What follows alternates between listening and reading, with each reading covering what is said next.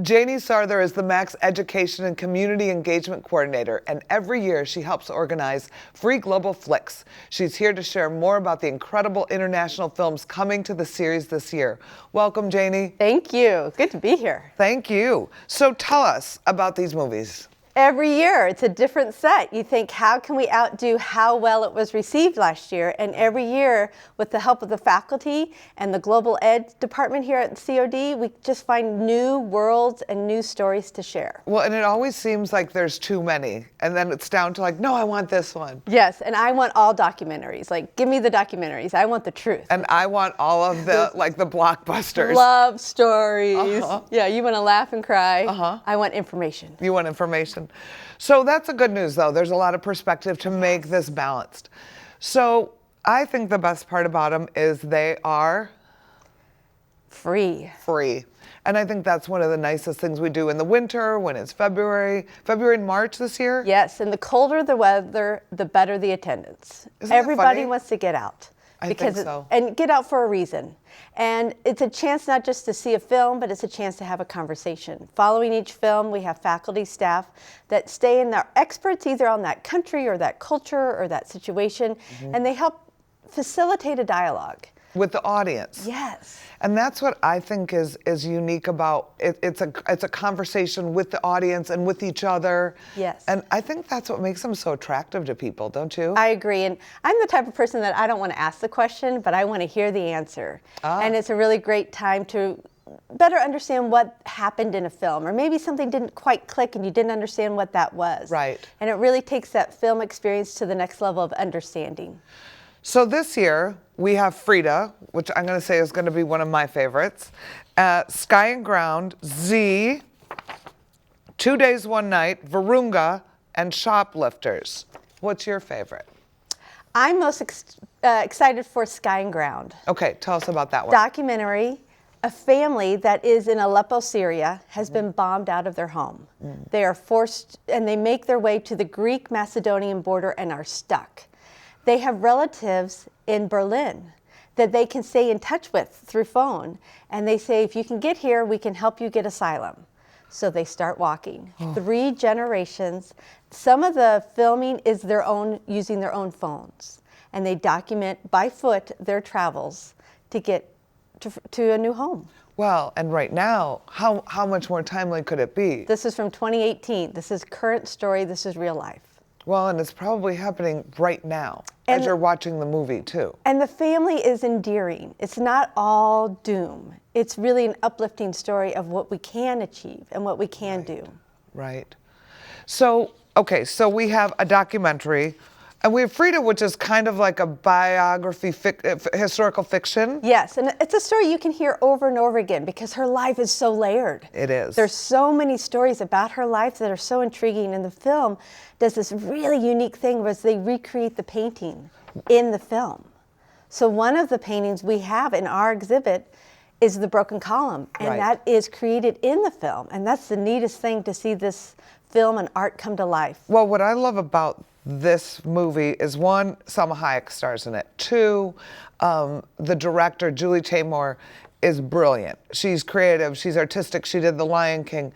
And 3, it's based on the most cited biography of Frida, Hayden Herrera. So if you want to see a movie on Frida, and that's why I think I was strongly wanting us to do this one, if you watch that, you're going to get a good, accurate picture of her life. Yes, and it's very absorbable. Yes. It's not higher level. No. It's real. It's a story. It's intriguing. It's passionate, romantic, fight, sad. It's all of it. Yes. And it's creative and artistic and artsy. It's some people might say it's too artsy, but I love it. Let's talk about 2 Days, 1 Night. The cliffhanger with a cliffhanger with a cliffhanger. And I don't want to say anything about those cliffhangers. It's a fictionalized story, but I'm sure there's some truth behind the situation. A woman's about to be fired. So if everybody agrees to let her go, they all get a bonus. So she has 2 days and 1 night to convince everybody that she needs her job and they can't get their bonus. Could you imagine? I hope they'd vote for me. and there's multiple votes, and then as it resolves, there's other cliffhangers. You hope they vote for you? No, if it was me, if it was real life, I want them to vote for me. I don't want them to get a bonus, right? I want my job. Right. That's what it's about. She's got to keep her job. That's kind of that's a tricky one. Interesting.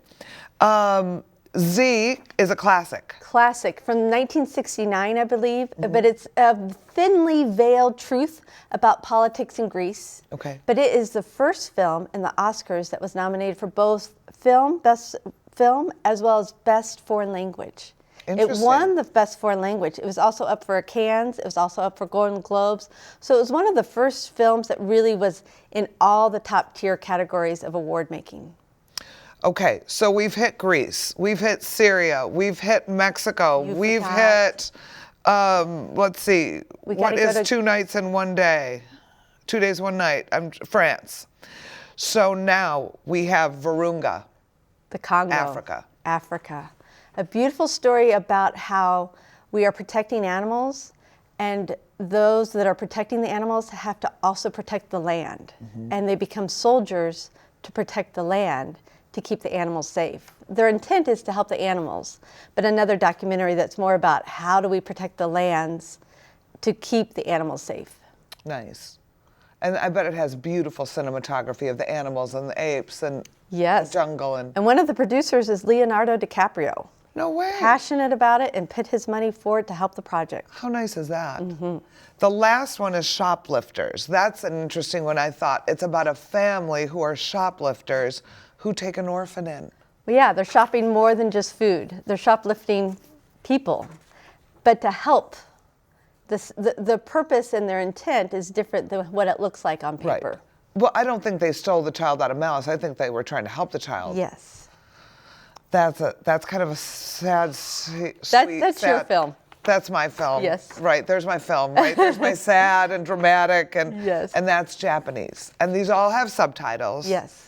And a conversation following, and they're free. And if people want more information, they can go to the website. Yes, atthemac.org. Do you have popcorn? Yes. Soda? Plenty. Awesome. What else do we need to know? Come twice a day. You can come at 1:30 and 7:30. Perfect. Not just one film a day. And it shows only on Wednesdays. Wednesdays, mid-February through mid-March.